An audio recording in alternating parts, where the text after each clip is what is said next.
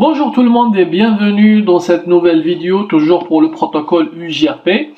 Alors donc là on va parler du protocole UJRP sur un nuage frame relais, donc une configuration un peu spécifique. Alors pour le plan de cette vidéo, donc on va commencer par voir la topologie à utiliser pour le lab. Ensuite on va voir la configuration du frame relais, donc là c'est très important. Donc la configuration du frame relais, donc c'est une préparation avant de configurer le protocole UJRP. Donc il faut s'assurer que tout est bien configuré côté frame relais avant de passer à la configuration du protocole UJRP. Donc la suite ça sera ça, donc la configuration c'est la mise en place du protocole UJRP et on va finir par voir le comportement du protocole UJRP par rapport à la bande passante et comment modifier la consommation de la bande passante par le protocole EIJRP. Alors donc la topologie à utiliser pour la vidéo prochaine, donc là on va faire le lab. Donc là on va commencer par une première partie théorique et après on va faire un lab. Alors donc trois routeurs, donc toujours avec GNS3, qui sont interconnectés avec un switch frame relais. D'accord? Donc là, on va utiliser un switch frame relais. Et derrière chaque routeur, donc on va simuler des réseaux LAN qui sont symbolisés par des interfaces low-back. Donc un réseau, bien sous-réseau pour chaque interface low-back.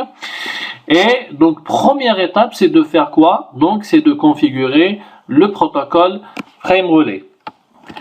Alors donc si on veut faire, donc avant de passer aux commandes, donc si on veut faire juste une petite révision par rapport à ce protocole frame relais qu'on a déjà vu dans la formation ICND2. Donc c'est un protocole WAN, c'est un protocole niveau 2.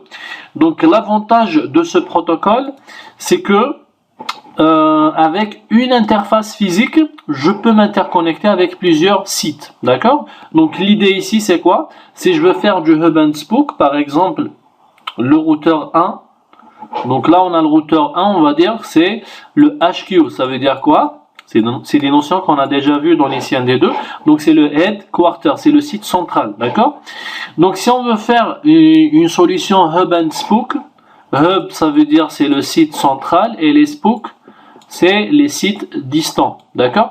Donc si on ne connaît pas par exemple le frame relais, on va utiliser le protocole basique qui vient par défaut, le protocole HDLC. Donc c'est un protocole point-to-point. Donc si je veux utiliser le protocole HDLC, donc physiquement qu'est-ce qui va changer? Donc on aura besoin d'une deuxième interface physique, d'accord? Avec une deuxième interconnexion vers le provider. Donc là on va dire qu'on a un service provider, on va passer par un service provider. Donc une interface avec une liaison pour m'interconnecter avec le site où il y a le routeur R3 et une deuxième liaison pour m'interconnecter avec le site où il y a le routeur R2, d'accord? Donc là ça veut dire quoi? Ça veut dire que ça va nous coûter beaucoup plus cher que d'avoir une seule liaison physique et justement c'est ça l'intérêt d'utiliser le protocole frame relais, donc l'évolution des deux protocoles HDLC et point-to-point, donc les deux protocoles qui sont utilisés pour les liaisons point à point. Donc l'intérêt avec le protocole avec le protocole frame relais, c'est qu'en utilisant une seule interface physique et on va configurer une adresse IP, on peut nous interconnecter avec les autres sites. D'accord? Donc c'est ça la force du protocole frame relais. Il y a même le protocole ATM qui est une évolution du protocole frame relais. D'accord? Donc c'est pareil, ça veut dire avec une seule interface physique, je peux m'interconnecter avec plusieurs sites distants. D'accord? Alors deuxième particularité de ce protocole frame relais, donc il fait partie de quelle famille des protocoles niveau 2? Donc c'est les familles des protocoles commutation de paquets. Ça veut dire quoi? Ça veut dire que niveau provider, donc on n'a pas forcément un seul switch frame relais, donc on a plusieurs. Donc le provider ou bien le fournisseur de services, il a toute une infrastructure avec des switches frame relais qui sont déployés un peu partout, d'accord, qui sont interconnectés. Donc là, quand j'envoie par exemple des trains, Donc ça arrive au niveau de ce switch, premier switch frame relais, ça peut passer par un chemin. Donc la deuxième trame, elle va pas passer forcément par le même chemin, d'accord? C'est ça la commutation de paquets. Donc frame relais, il fait partie. Donc c'est un protocole de commutation de paquets. Voilà, donc c'était juste une petite révision, un petit refresh pour bien aborder cette partie configuration UJRP dans le nuage frame relais. Mais sinon, si vous voulez vraiment faire une bonne révision, je vous conseille de revoir les vidéos frame relais qu'on a déjà dans la formation ICND2. Alors maintenant, on va passer, donc on va voir comment préparer le terrain pour la configuration du protocole UJRP. Donc commençons déjà par activer le protocole frame relais, d'accord? Donc comme on a un switch frame relais ici qui est en face de notre routeur, donc si on n'active pas le frame relais au niveau de l'interface, on n'aura pas le niveau 2 app, d'accord? Et toujours, on revient à notre modèle OSI. Donc si on a un souci au niveau 2, d'accord? Si on a un souci ici au niveau 2, donc si on a un problème ici, même si on configure les bonnes adresses IP entre les deux routeurs ou plusieurs routeurs, donc on n'aura pas de connectivité. Donc toujours on commence par les couches les plus basses et on monte, d'accord? Donc physiquement il faut s'assurer que tout est bon. Après le niveau 2, donc comme on parle du frame relais, donc il faut s'assurer que tout est bon pour notre protocole frame relais. Alors donc la configuration du protocole frame relais, donc il faut rentrer en mode configuration de l'interface serial, donc l'interface WAN. Après, bon, no IP address, donc s'il y avait déjà une adresse IP, encapsulation frame relais. Donc là, c'est pour activer le frame relais pour le niveau 2, d'accord? Sachant que par défaut, donc c'est quel protocole qui est activé par défaut au niveau d'une interface serial? C'est le protocole HDLC, d'accord? Donc ça c'est la première étape, donc c'est d'activer le frame relais au niveau de l'interface physique, hein, d'accord? L'interface physique. Donc là on a S10, mais sur l'exemple de configuration on a S00, d'accord? Donc le plus important c'est ça, c'est cette commande, donc encapsulation frame relais. Alors juste après, maintenant ce qu'on va faire, je veux m'interconnecter avec deux sites distants. Ça veut dire quoi? Et pareil, c'est des choses qu'on a vues dans l'ICND2. Donc, si je veux m'interconnecter avec deux sites, voire peut-être même 3 sites ou 4 sites, donc côté frame relais, qu'est-ce qu'on doit faire? Donc, si on prend le cas où on a 4 sites, donc on peut éclater l'interface physique en sous-interfaces logiques, d'accord?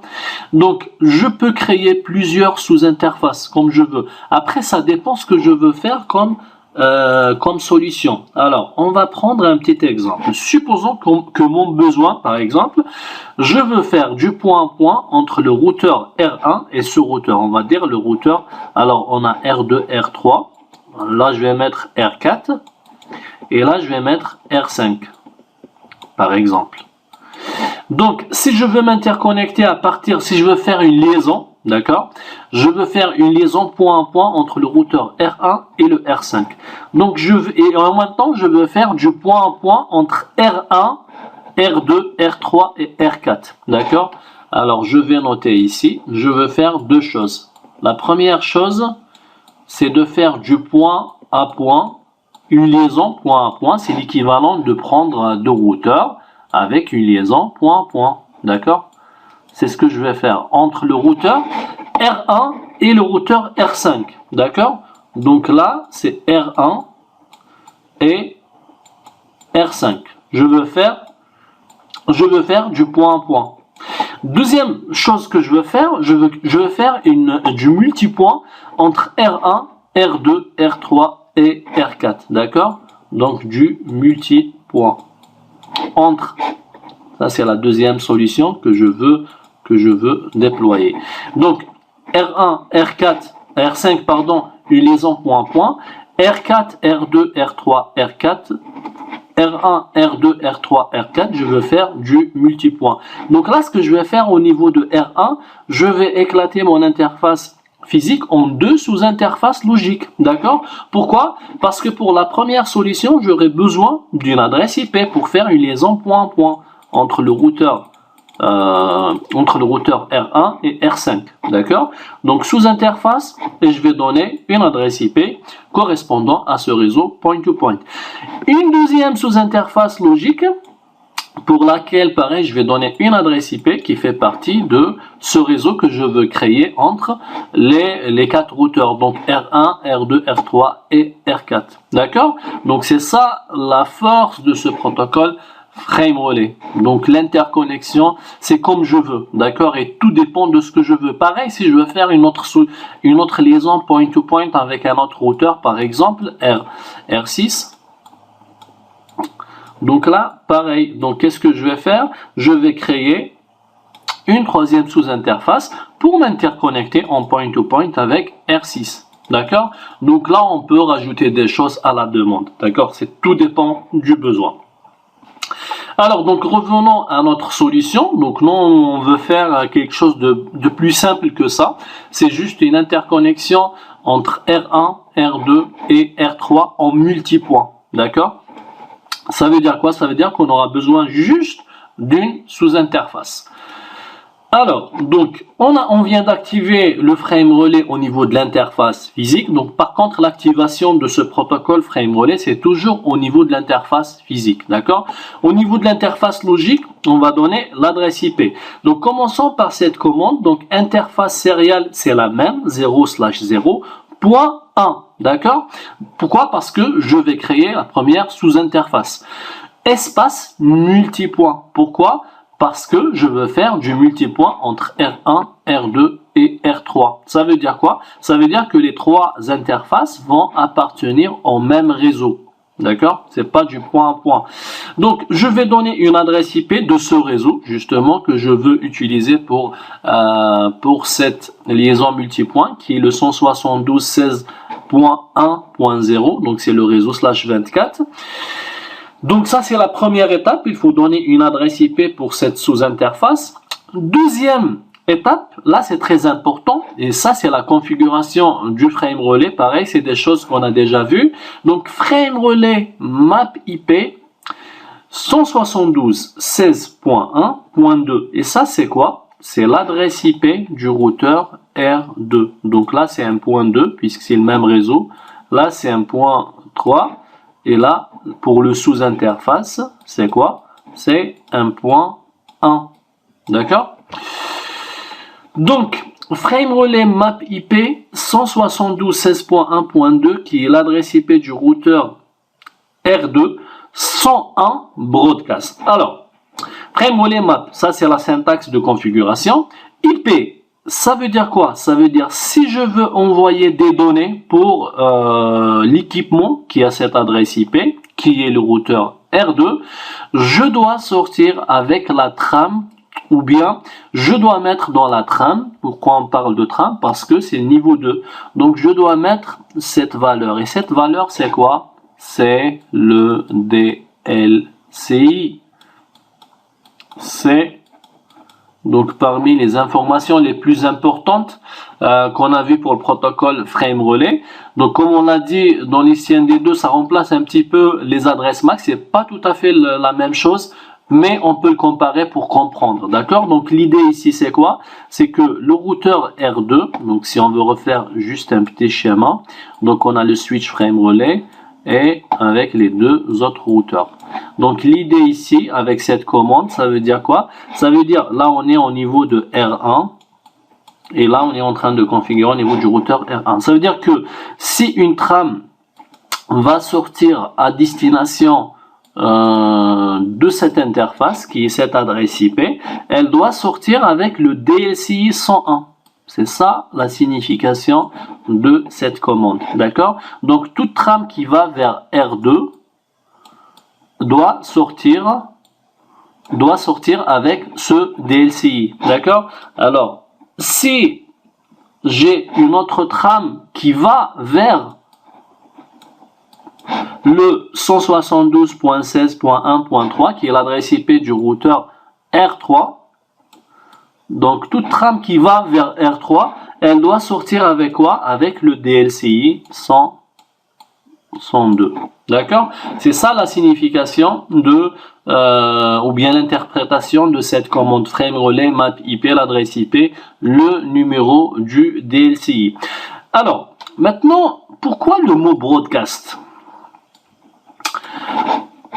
Le mot broadcast parce que le protocole frame relais est un milieu NBMA. Ça veut dire quoi? NBMA, ça veut dire non-broadcast multi-access. D'accord? C'est un milieu qui, par défaut, il bloque les broadcasts. Il bloque aussi les multicasts. D'accord? Lorsqu'on parle des broadcasts, on parle aussi des multicasts. Alors, donc là, on a un petit souci. Le souci, c'est quoi? C'est que là, par exemple, ça c'est l'infrastructure du provider qui a le frame relais.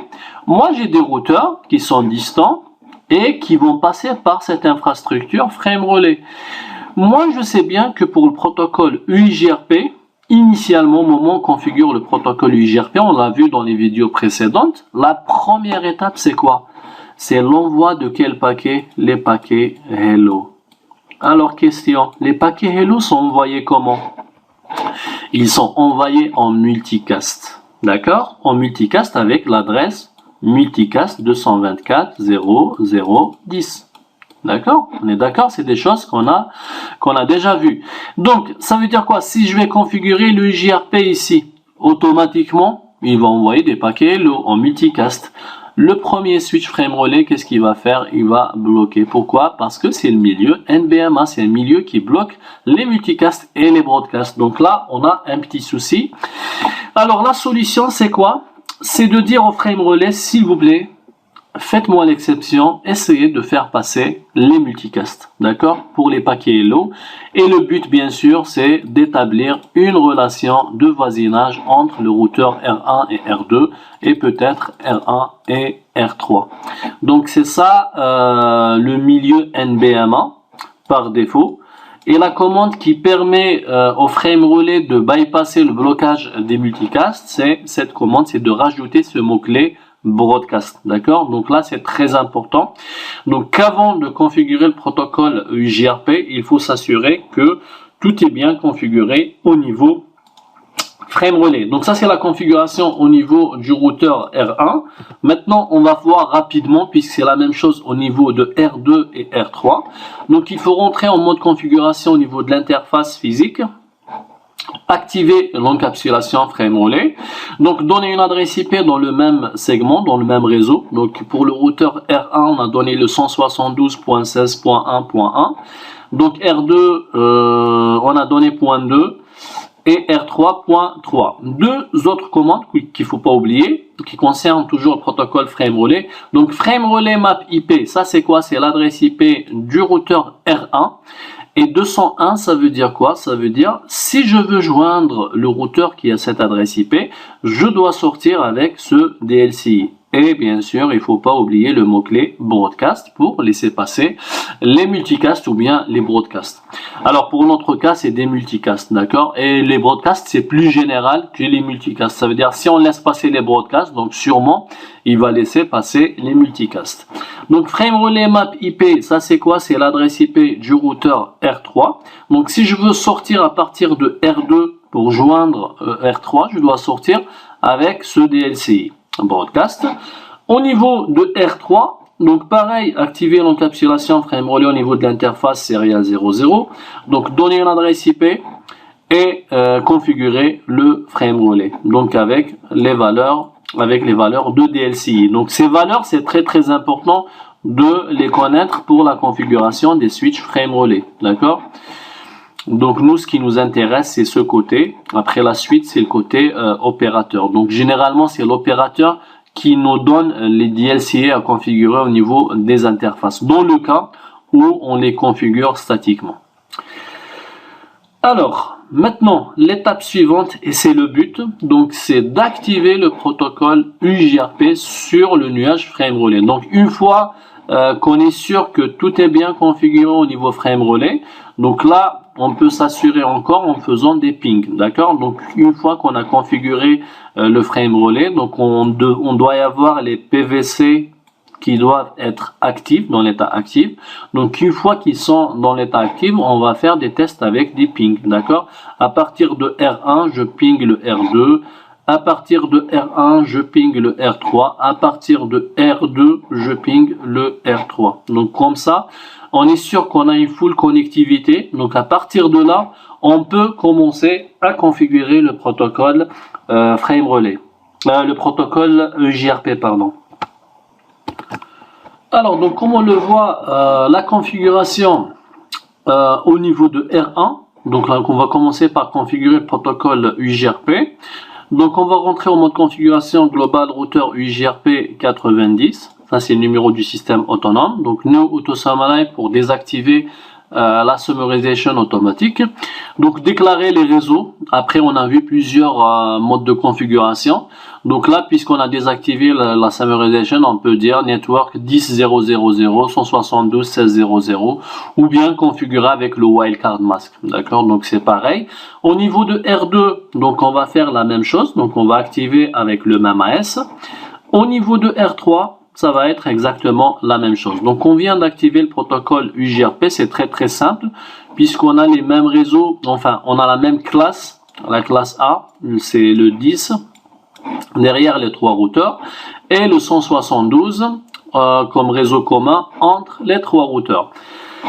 Alors, donc après la configuration, on va vérifier. Donc, première étape de vérification, c'est de voir quoi? C'est de voir les voisins. Donc, on va prendre le routeur R1, puisque c'est lui le hub, c'est puis le site central.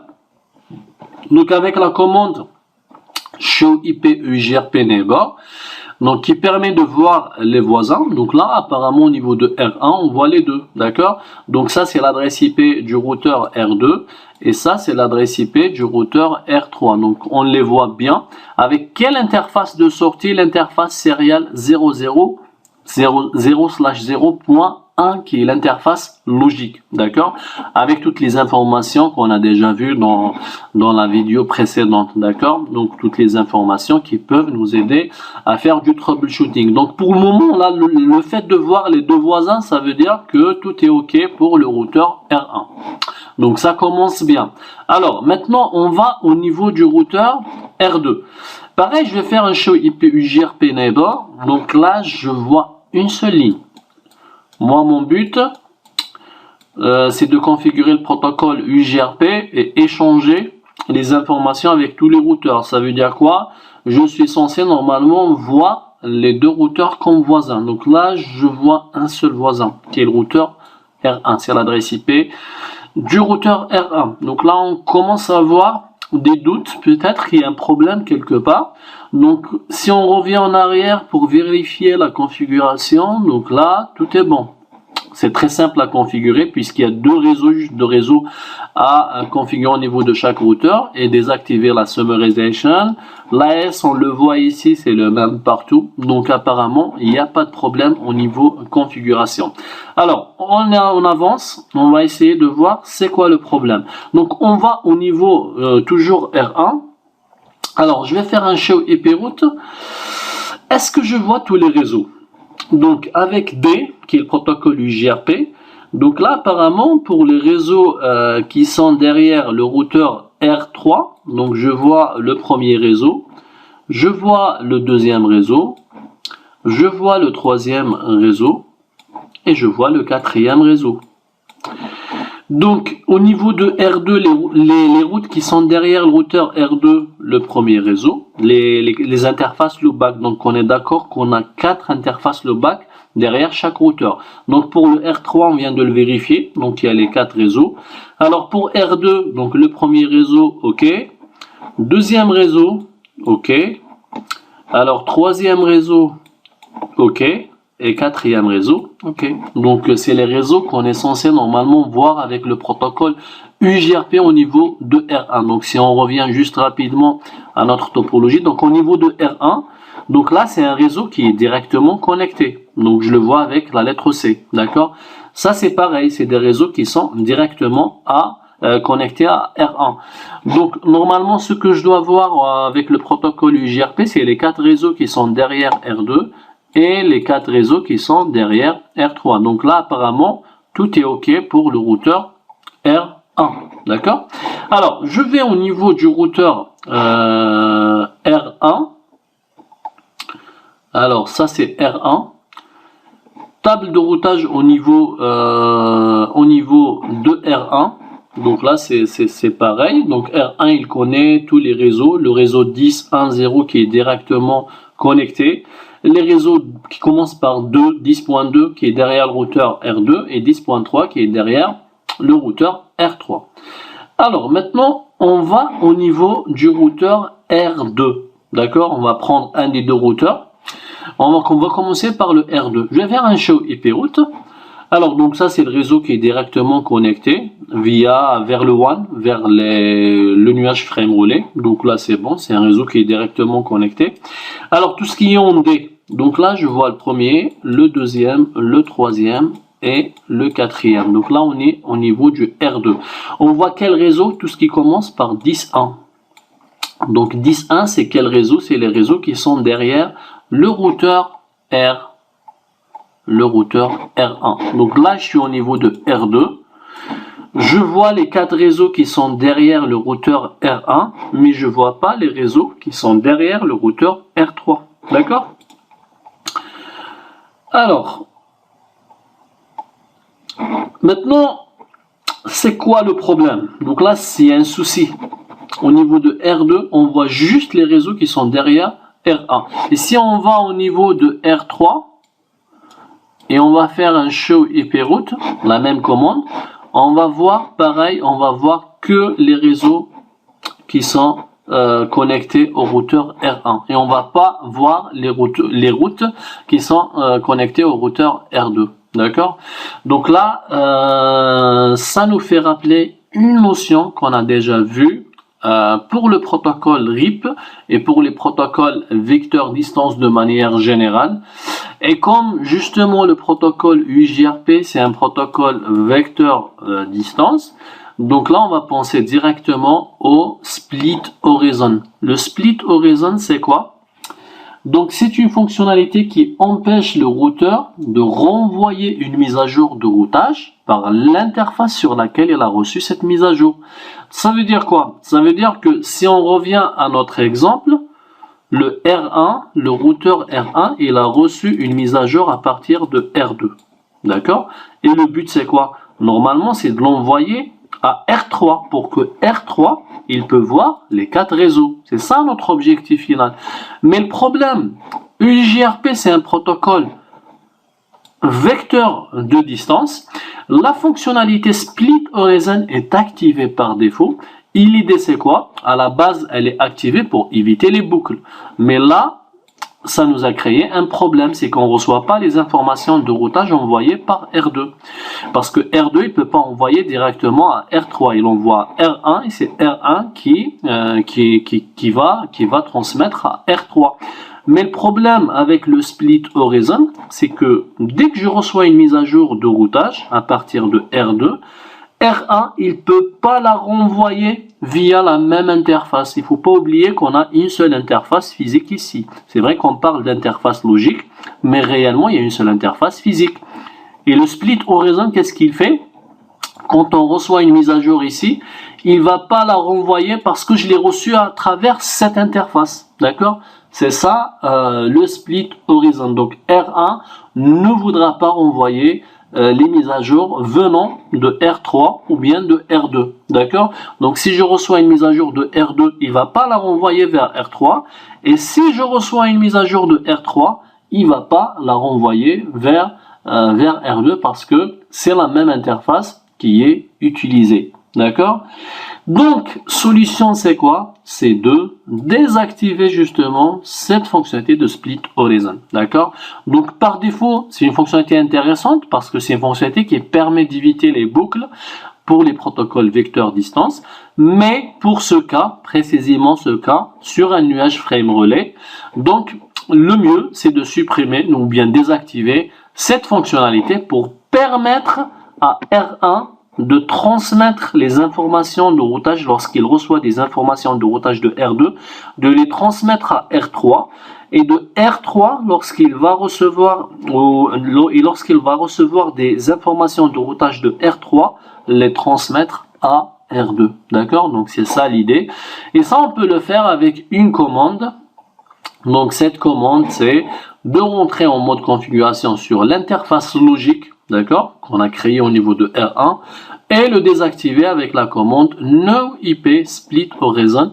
Et ça, c'est quoi? C'est le numéro du système autonome.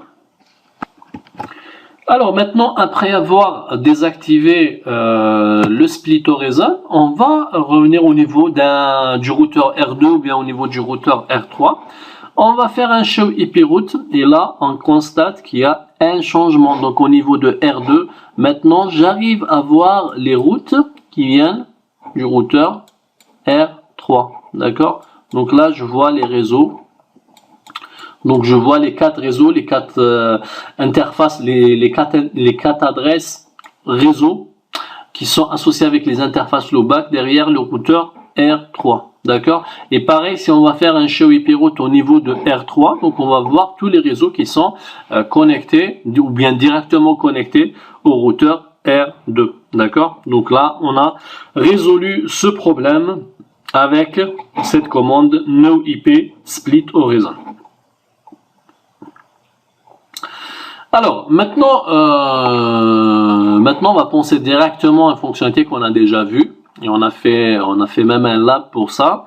Donc, la summarization. Donc là, on le voit au niveau de la table de routage, bien qu'il n'y a pas beaucoup, il y a juste 2 routeurs comme voisins et 4 réseaux derrière. Donc là, on va voir avec le protocole UJRP. Donc, on a combien de lignes? On a 8 lignes parce qu'on a 8 réseaux. D'accord? 4 réseaux pour le routeur R1 et 4 réseaux pour le routeur R3, d'accord? Donc là, on va penser directement à une fonctionnalité qu'on a vue en détail, c'est la summarization manuelle, d'accord? Donc, le but, c'est de résumer les 4 réseaux avec une seule ligne. Donc, la table de routage qui va être réduite. Donc, au lieu d'avoir les 8 lignes, on va avoir juste 2 lignes, d'accord? Donc là, ça permet même d'optimiser les ressources au niveau des routeurs. Donc, au niveau de R1, on va rentrer au niveau de l'interface logique avec la commande IP Samurai adresse UJRP 90. Donc on va résumer les 4 réseaux, d'accord, le masque qui devient slash, donc slash 16 plus 8, donc ça devient slash 6. Plus 6 bits, donc 8 et 8 c'est 16, plus 6 c'est slash 22, d'accord, au lieu d'un slash 24. Et pareil pour le R2, donc là c'est symétrique côté adressage, donc ça va être exactement le même masque, slash 22 et un slash 22. Donc juste après, si on configure ça au niveau des 3 routeurs, on fait un show IP route, donc au lieu de voir les 8 lignes en D, on va voir juste 2 lignes, d'accord, une ligne pour chaque résumé de réseau.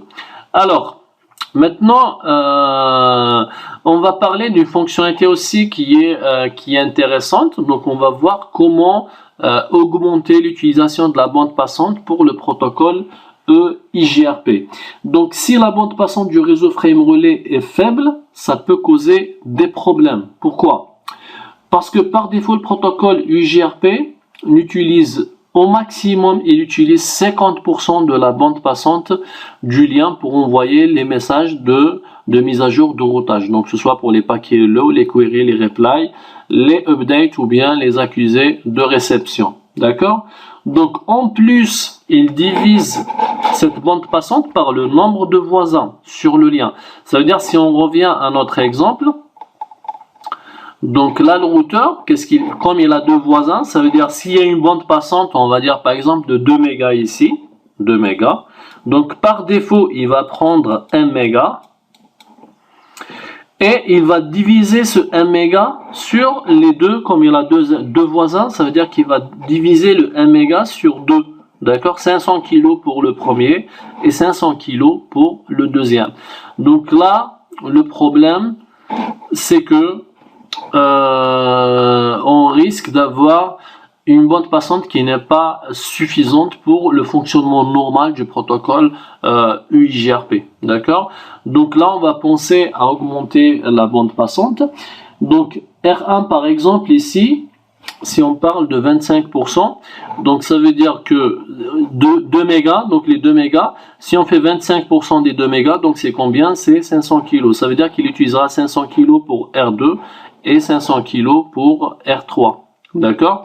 Donc le but ici, donc c'est d'augmenter la bande passante pour le protocole EIGRP parce qu'on peut se retrouver dans des situations où on n'a pas assez de bande passante pour que le protocole EIGRP fonctionne correctement. Alors donc la solution c'est d'activer cette fonctionnalité ou bien via cette commande, donc toujours de rentrer au niveau de l'interface ou bien du sous-interface qu'on utilise au niveau de R1 avec la commande IP bandwidth person EIGRP, et ça c'est quoi? C'est le numéro de l'Autonomio System, donc il faut juste faire la différence entre les deux paramètres. Donc le premier c'est le numéro de l'AS, voilà, c'est le numéro de l'AS, et le deuxième c'est le pourcentage. Là ça veut dire quoi? Ça veut dire que le protocole EIGRP va utiliser 80% de la bande passante, et s'il a il a deux voisins, donc il va utiliser la moitié de ce 80% pour le premier voisin et la deuxième moitié pour le deuxième voisin. D'accord? Donc au final, le premier voisin il aura droit à 40% de la bande passante et le deuxième il aura droit à 40%. D'accord? Donc là, ça permettra d'avoir un bon fonctionnement pour le protocole EIGRP. Donc là, c'est vraiment particulier. C'est vrai qu'on parle de cette fonctionnalité, mais pas forcément qu'elle est qu'on doit l'utiliser sur toutes les infrastructures. Donc si vous avez des interfaces allant jusqu'à 10 Go ou bien même du 100 mégas, donc on n'aura pas besoin d'activer cette fonctionnalité. Donc là, c'est vraiment des cas où on n'a pas assez de bande passante. Donc on sent que le protocole EIGRP, il y a une congestion au niveau des queues par exemple, avec cette commande qu'on a déjà vu. Voilà, donc là c'est le numéro, le nombre de paquets qui sont en file d'attente, qui ne sont pas encore traités. Donc à partir du moment où on constate qu'il y a toujours des paquets dans la queue qui ne sont pas encore traités, donc c'est là on comprend qu'il y a un problème par rapport aux performances du protocole EIGRP, et c'est là qu'on va penser vraiment à utiliser cette commande. Donc voilà, on arrive à la fin de cette vidéo. Donc on a commencé par la configuration frame relay, donc on a fait un petit refresh, une petite révision du protocole frame relay. Après on est passé au protocole EIGRP, donc il faut s'assurer que tout fonctionne correctement pour le protocole frame relay, donc jusqu'à faire des pings entre tous les routeurs, s'assurer qu'il y a une full connectivité entre tous les routeurs. Donc une fois on est sûr, on passe à la configuration EIGRP. Donc la configuration elle est très simple, donc il faut s'assurer qu'on ne s'est pas trompé sur le numéro de l'AS, déclarer les bons réseaux avec la commande network et ne pas oublier le no auto summary. Donc après, donc si tout va bien, on va voir les peering ou bien le voisinage qui se crée entre les routeurs. Alors on a parlé d'une fonctionnalité très intéressante ou très importante du split horizon qu'il faut désactiver. D'accord? Pourquoi? Parce que le routeur, donc il peut pas, lorsqu'il reçoit des informations de routage via une interface, il va pas les renvoyer vers la même interface. Ça c'est le fonctionnement du protocole EIGRP par défaut. Pourquoi? Parce que le split horizon est activé par défaut. Et encore pourquoi? Parce que EIGRP est un protocole vecteur distance. D'accord? Donc c'est une mécanique qui a été mise en place avant pour éviter les boucles, mais là on s'est retrouvé dans une situation où cette fonctionnalité nous gêne un petit peu par rapport à la transmission des informations de routage. Donc en la désactivant, ça nous permettra de voir les routes au niveau de tous les routeurs qui sont spook ou bien les routeurs qui sont distants. Alors par rapport à la bande passante, donc on a vu que le protocole EIGRP par défaut utilise 50% de la bande passante, ce qui peut être problématique dans certains cas, les cas où on n'a pas assez de bande passante. D'accord, ce qui va pénaliser le fonctionnement normal du protocole EIGRP. Donc on peut le constater avec un show IP EIGRP neighbor au niveau de la file d'attente. Si on voit qu'il y a beaucoup de paquets EIGRP qui ne sont pas encore traités, ça veut dire qu'il y a un problème. Et c'est là où il faut penser à augmenter la bande passante pour le protocole EIGRP. Voilà, donc j'espère que ça a été clair pour vous, cette partie frame relais avec le protocole EIGRP, et je vous donne rendez-vous pour la vidéo prochaine.